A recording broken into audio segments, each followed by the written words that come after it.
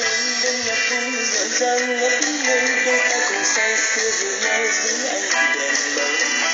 môi em cười xinh tựa như đóa hoa khiến lòng anh tràn trên oxy đắm say em anh vui lên phố của riêng đôi ta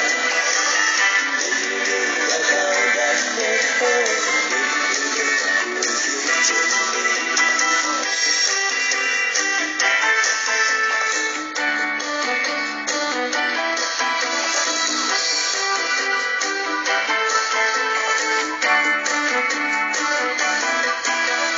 Không gian bừng lên nhạc hoa tiếng ca cho tiếng cười ai đều vui rộn vang đón về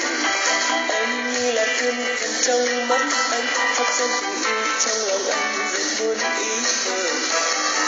anh yêu đương em anh vui lên phố yêu đương của riêng đôi ta anh yêu đương và bao đam mê phố vẫn yêu đương của riêng chúng mình em ơi vui lên đi đôi ta cùng say sưa mai kề vai theo nhạc vui vui lên đi ta vui trọn đêm nay em và anh trong cùng say em ơi vui lên đi.